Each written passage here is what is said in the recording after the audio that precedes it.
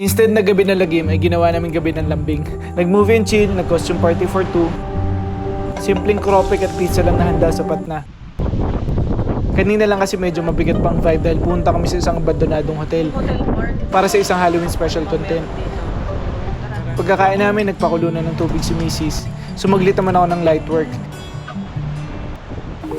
Swiss Miss ang napiling drink for the night. Liquor ban din, saka baka may multo sa paligid. Dapat alerto. Every time naman, mag-order tayo, something classic. Niligpit ko na ang pinaglutuan at nilatag ang kama para diretso higa na mamaya.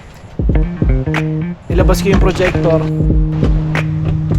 At yan, all set na para sa thriller movie night. Classic to napili namin, saktuhan lang na vibe for Halloween.